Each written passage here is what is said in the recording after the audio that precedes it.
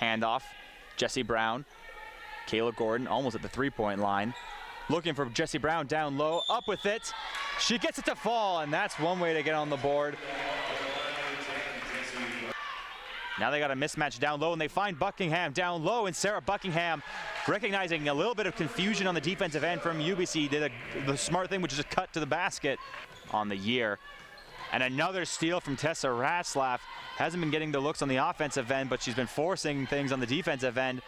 And the team has yet to find a way to make it into points, although they do on that one. And a nice full court give and go between Tessa Ratzlaff and Luca Schmidt. She gives up a couple inches, listed about 5-inch difference, as Buckingham good on the three. So this UBC squad, as advertised, makes a lot of turnovers, and as I say that, the Spartans almost commit one.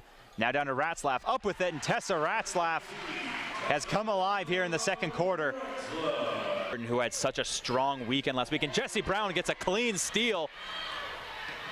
She goes and just flips it up, and Jessie Brown, those turnovers I talked about in the first half, UBC commits about 19 turnovers a game. Schmidt, Brown, she'll let it launch. Banks it home. Did you call it? Is it open this late? Apparently it is. Mine's open till 6:30. It makes it so easy to make that just dump off pass like that. Brown's feeling it. As a heat check shot from Jessie Brown after banking it in, might as well try it again. A much better shot selection on that second one. She was open, she had her feet set. And refs are human. They do makeup calls like that. Be like, oh my bad, I should have called that. Let me let one slide for you guys. It happens. I refed basketball. I did it myself. And now it's Jessie Brown who's hit the last 8 points for the Spartans. The end of the first half, it was Ratzlaff, and now it's Brown. But yeah, you get 0 for 2 from the free throw line. You want to make good, and Natalie Karkner, one of the better thieves in Canada West. Now Marshall flips it. Jessie Brown won't take it. Instead, she'll drive and step back. No good, leaves it a little bit long, but Karkner knocks it away on the bound. Who wants it? Ratzlaff just rips it away from Jessica Hansen. Now Karkner for three. We have a tie ball game, Max. That's Tessa Ratzlaff's will right there.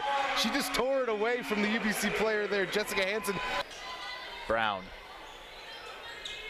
Karkner, she's hit, she can get hot, and Natalie Karkner's come alive. Capuco kicks, Marshall for three. Julia Marshall gets in on it. Everybody's feeling it. Julia Marshall, another player that I've noticed. Karkner. Now to Gordon. She goes at Strujic, spins, up with it, and one! Kayla Gordon is such an awkward player to defend. She's all elbows, and I don't mean that like aggressive elbows. She's just an elbowy player. Barely manages to beat the clock there, and they find Gordon going to the basket. A lot of space for Kayla Gordon. You had a backcourt player guarding her. She's going to put that up every time. She has the ball taken from her, and Natalie Karkner takes the bump, flips it up, and one. So Natalie Karkner, who had a hot stretch there in the third quarter, kind of cooled off significantly. It's just the mental game. So following Buckingham's miss, they'll go to Brown. She'll let it launch. No good. Rebounded by Sarah Buckingham. And they'll just one last shot at the buzzer, and that'll do it. The Spartans gave it a great effort, but Cheryl Jean-Paul, her teams have yet to crack the riddle that is the UBC Thunderbirds. Spartans lose this one 67-58.